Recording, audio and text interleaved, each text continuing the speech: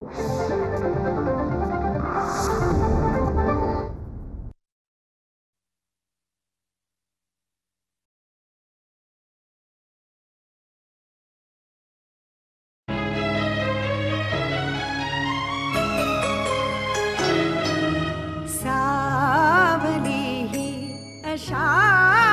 हसते ठाव ठिकाणा माझा पुसते मीच मला मग शोधत बसते बोल मला तू हळुवार काही सांग भले तू माझा नाही कलियुगातली मीराबाई मौनातले हे शब्द बोलके तुझ्यानी माझ्या ओठे हलके असुनी ननी अश्रू पोरके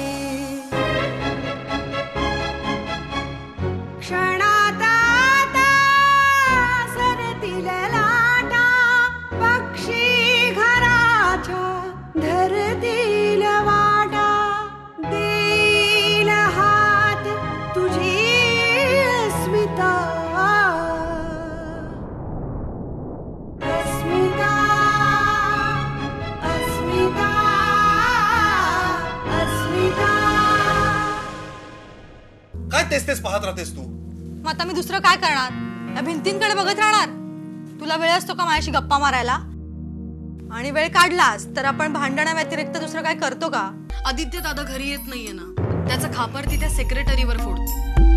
आता त्याचा ठाव ठिकाणा आपल्याला नाहीये तर त्याला काय माहिती असणार? जहागीरदार ॲग्रोचे एक संचालक श्री आदित्य जहागीरदार अकस्मातरित्या अचानक गायब झाल्यामुळे ते प्रतिक्रियेसाठी उपलब्ध नाही आहे. स्वतःच्या मुलांची नाही काळजी केली. नातवंड म्हणजे फार दूरचा विषय नाहीये का? तेजस्विनी अशा अवस्थेत त्याला वण वण शोधते आणि मी कंपनी वाऱ्यावर सोडून इथे घरात बसलोय. काय रे, मी ऐकलंय संग्रामने तुला आपली कंपनी वाचवायला काही ऑफर दिली आहे? अच्छा, म्हणजे माझ्या पश्चात तुमच्या गाठीभेटी होत असतात.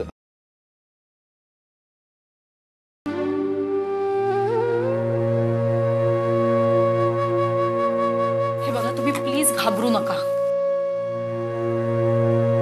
मी आता तुम्हाला आदित्यबद्दल काहीही विचारणार नाहीये.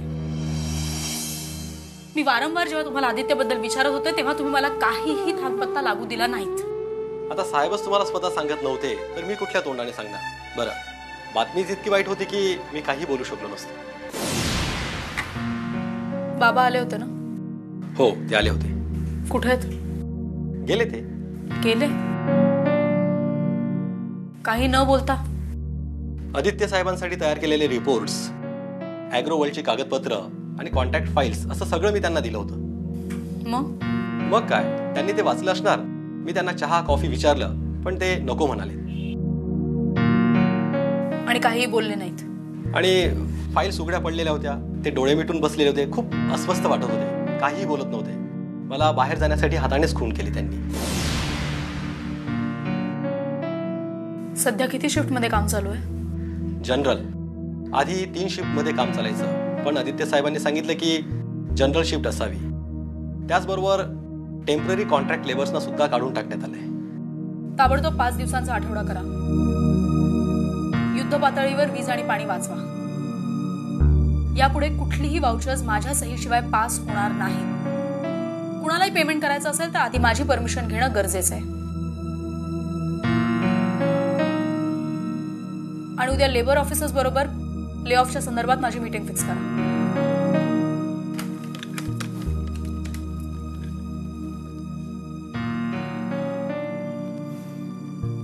बाबा का फोन उचलत नाहीयेत? कदाचित ते गेले असतील मॅडम. बर, तुम्ही जे रिपोर्ट्स बनवले होते आणि बाबांना दिले होते ते मला ताबडतोब आणून द्या. ठीक आहे. आणि ही फाईल त्या इथे.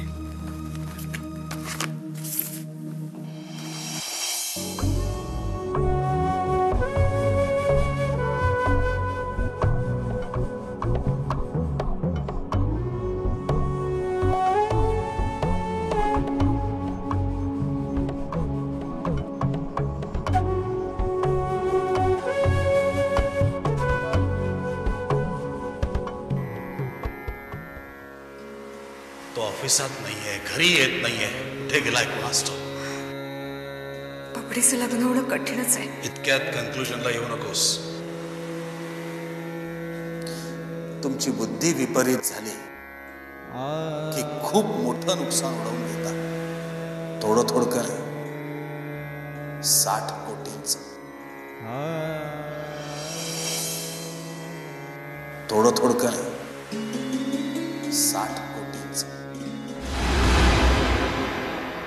तो ऑफिसात नाहीये, घरी येत नाहीये, कुठे गेलाय कोणास ठाऊक.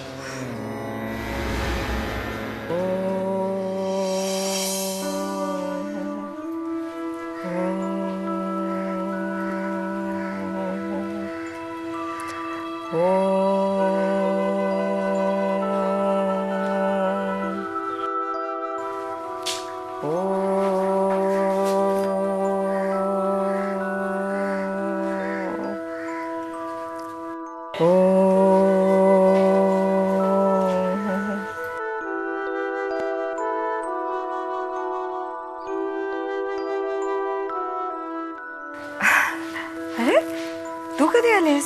हे काय आत्ताच आले. आणि तू हे कधीपासून सुरू केलंस? खरंच मनशांती मिळते का ग त्यातून?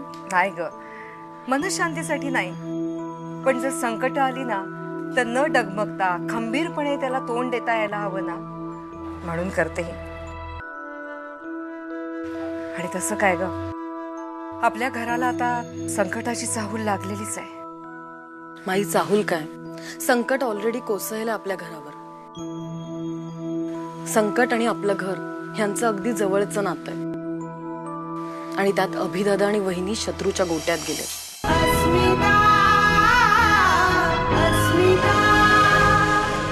संकट ऑलरेडी कोसळलं आपल्या घरावर. संकट आणि आपलं घर ह्यांचं अगदी जवळचं नातं आहे. आणि त्यात अभिदादा आणि वहिनी शत्रूच्या गोट्यात गेले. आदित्य दादाचा अजून पत्ता नाहीये. नशीब मी आणि तेजू वहिनी घरात आहोत म्हणून तरी. तेजू आहे कुठे घरात? रात्री ऑफिस मधून उशिरा आली आणि आता सकाळी ऑफिस मध्ये गेली सुद्धा. अगं अशी काय ती? आणि तू तिला अशा अवस्थेत सोडतेस कशी ग? स्वतःची आणि स्वतःच्या बाळाची काळजी नको का घ्यायला तिने? आणि बाबा आता ऑफिसला जायला लागलेत ना. हे बघ बघ, जोपर्यंत आदित्यचा ठावा ठिकाणा लागत नाही ना तोपर्यंत ही पोर काही आपलं ऐकणार नाही. त्यातून टीव्हीवर दर तासातासाने न्यूज दाखवतात ना, जहागीरदार अॅग्रो इंडस्ट्रीजची दिवाळखोरी, MD आदित्य जहागीरदारचा ठावा ठिकाणा नाही. पर्यंत ही पोरगी काही. अगं पण आदित्य दादाला अक्कल नको काय ग? घरात आई वडील बायको आपली काळजी करत असेल एवढंही कळत नाही त्याला. कंपनीत तोंड दाखवायचं नाही म्हणून असा भित्रू भागवबाईसारखा पळून गेला तो. जाऊ दे ना ते सगळं. मला एक सांग, तू कंपनीत का नाही लक्ष घालत? म्हणजे तेवढीच तेजूला मदत होईल ना. अगं कंपनीच्या व्यवहारातलं मला काय कळणार आहे? आणि कंपनीचा व्यवहार कळायला कॉमर्सचं ज्ञान असावं लागतं. हे बघ बापडे, मला कशातलं काहीही कळत नाही खरं म्हणजे. तरी सुद्धा ना संकटाचा मला दुरून वास लागतो. हा संग्राम थोरात इतका नीच आहे ना, आपल्या कंपनीवर ओढवलेल्या परिस्थितीचा फायदा घ्यायला तो अगदी टपलेला असणार. तू त्याला प्रत्युत्तर देऊ शकतेस ना. म्हणजे तू असं तेजूच्या आसपास राहा, तुझ्या पत्रकाराच्या नजरेने काय करतो काय होतं याची नीट तपासणी कर आणि तू त्याच्यावर वार कर. माई ग्रेट आहेस ग तू. बघ ना, म्हणजे हा अँगल खरंच कुणाच्याही लक्षात आला नसेल ना. नाही म्हणजे कदाचित बाबांच्या लक्षात आला असेल, पण तो कमी महत्वाचा म्हणून बाबांनी लक्षच दिलं नसेल त्याकडे. पण माई, बाबांना मी वचन दिलंय पत्रकार म्हणून यापुढे काही करणार नाही म्हणून. अगं ते बाहेरच्यान करता नोकरी म्हणून हे तर घरचं काम आहे ना बबडे. हे बघ, आपलं जे 60 कोटीचं नुकसान झालंय ना त्याच्याशी सामना करण्यासाठी सगळ्या घरांनी सज्ज राहायला पाहिजे. आता नुसती माना डोलवू नकोस. जा तेजूला फोन कर आणि तिला म्हणव मी तुझ्या मदतीला येतेय. जा. Okay boss.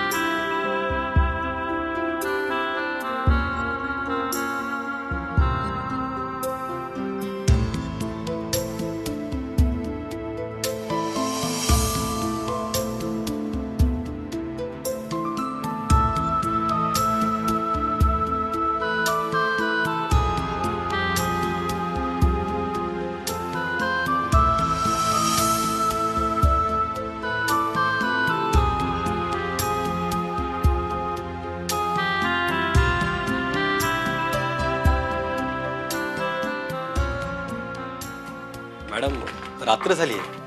हो, किती वाजलेत बघा जरा. खूप उशीर झालाय मॅडम. माहिती आहे मला. तुम्हाला उशीर होत असेल तर तुम्ही घरी जाऊ शकता. Please madam.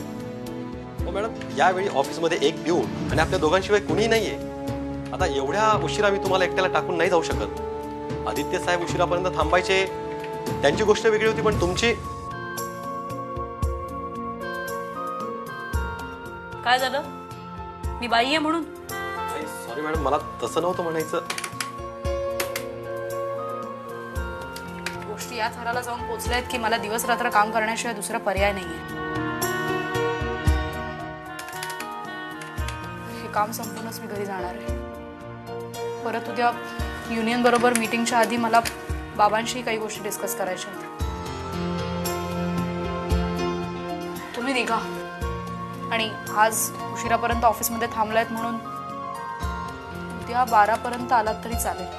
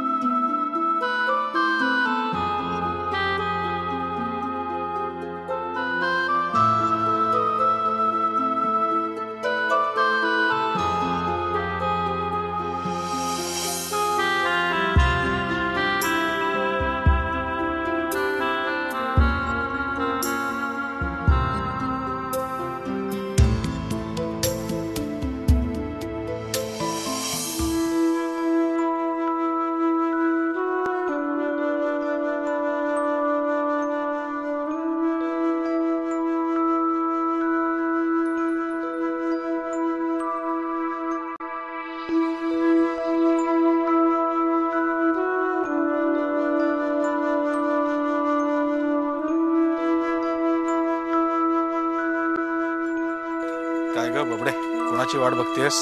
वहिनीची हो बाबा. बाबा वहिनी कधी येणार आहे? मी तिला उशीर होईल. ऑफिसमध्ये आहे ती, काही इन्फॉर्मेशन गोळा करते. बाबा तुम्ही एकटीलाच सोडून आलात तिला ऑफिस? ती नाही ग, मॅनेजर आहे. माझं आत्ताच बोलणं झालं फोनवर. बाबा वहिनीला जर रोज इतकाच उशीर होणार असेल तर मी जात जाऊ तिच्याबरोबर ऑफिसमध्ये? हो जा ना. इनफॅक्ट मी तुला सांगणारच होतो, लग्न होईपर्यंत जरा ऑफिस अटेंड करत जा म्हणून. थँक्यू बाबा. मी ना वहिनीला आत्ताच फोन करते, म्हणजे आणखी उशीर होणार असेल तर मी जॉईन होते ना तिला. आत्ता उशीर किती झालाय? उद्यापासून जा. बबडे,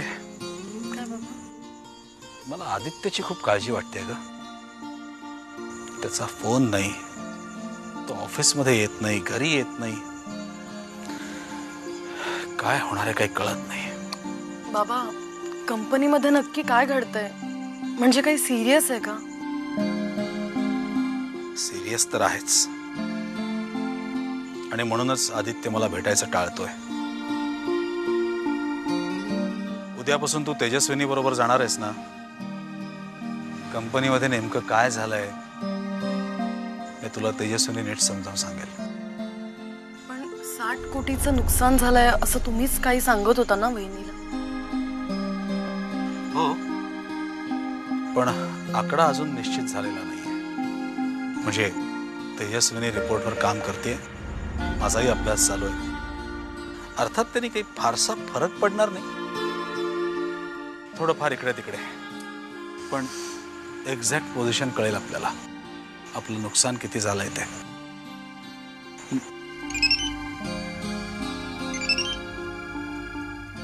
कुणाचं आहे? अभि दादा. हॅलो अभि दादा, कसा आहेस तू?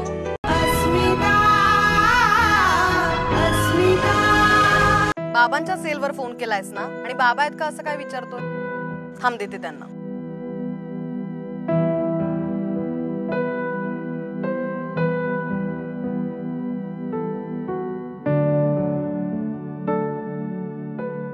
बोल रे.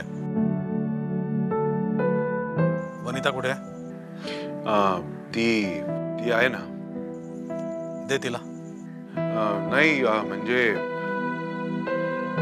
आता ती बरोबर नाहीये. मी जरा संग्रामच्या कामासाठी बाहेर आलोय. त्याने तिला ओलीस ठेवून घेतला असणार आणि तुला पाठवलंय म्हाताऱ्याशी बोलणी करायला. तसं नाहीये बाबा. नाही, काही रिॲक्ट करायची गरज नाहीये. मी सगळ्यांना अगदी व्यवस्थित ओळखून आहे. अभि एक लक्षात ठेव, मी आज अडचणीत आहे म्हणून संग्राम या गोष्टीचा गैरफायदा घेऊ शकतो. तू आपणहून फोन केलायस. तुला माझ्या मदतीला यावंसं वाटत असेल, जरूरी आहे. मी तुला बोलवणार नाही, एवढं लक्षात ठेव.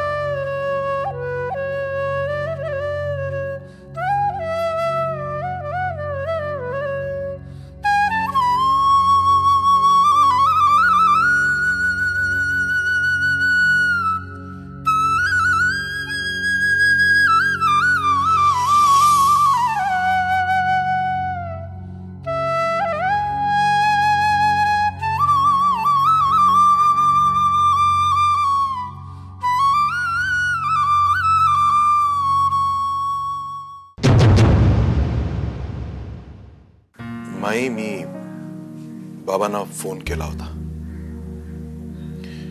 पण तुला माहितीच आहे बाबांचा स्वभाव. मी संग्राम शेठचं प्रपोजल घेऊन आलोय, पण नाही अगं, तू त्या फाईल आणल्यात ना, त्या वाचत बसलेत. मी खाली यायला निघाले तर ओरडले माझ्यावर, म्हणाले आत्ता कुठे चालला. तू तुझ्या बाबांनाही सांगितलं होतंस पण त्यांनी ऐकलं नाही.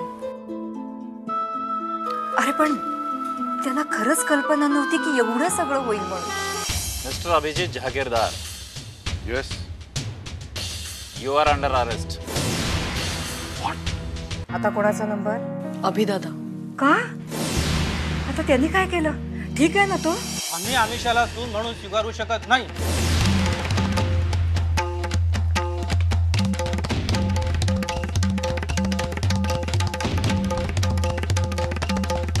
जळता जळता एक ज्योती अंधाराला सांगत होती, होती सच्ची माझी प्रीती. क्षणात आता सरतील लाटा, पक्षी घराच्या धरतील वाटा. देईल हात तुझी अस्मिता,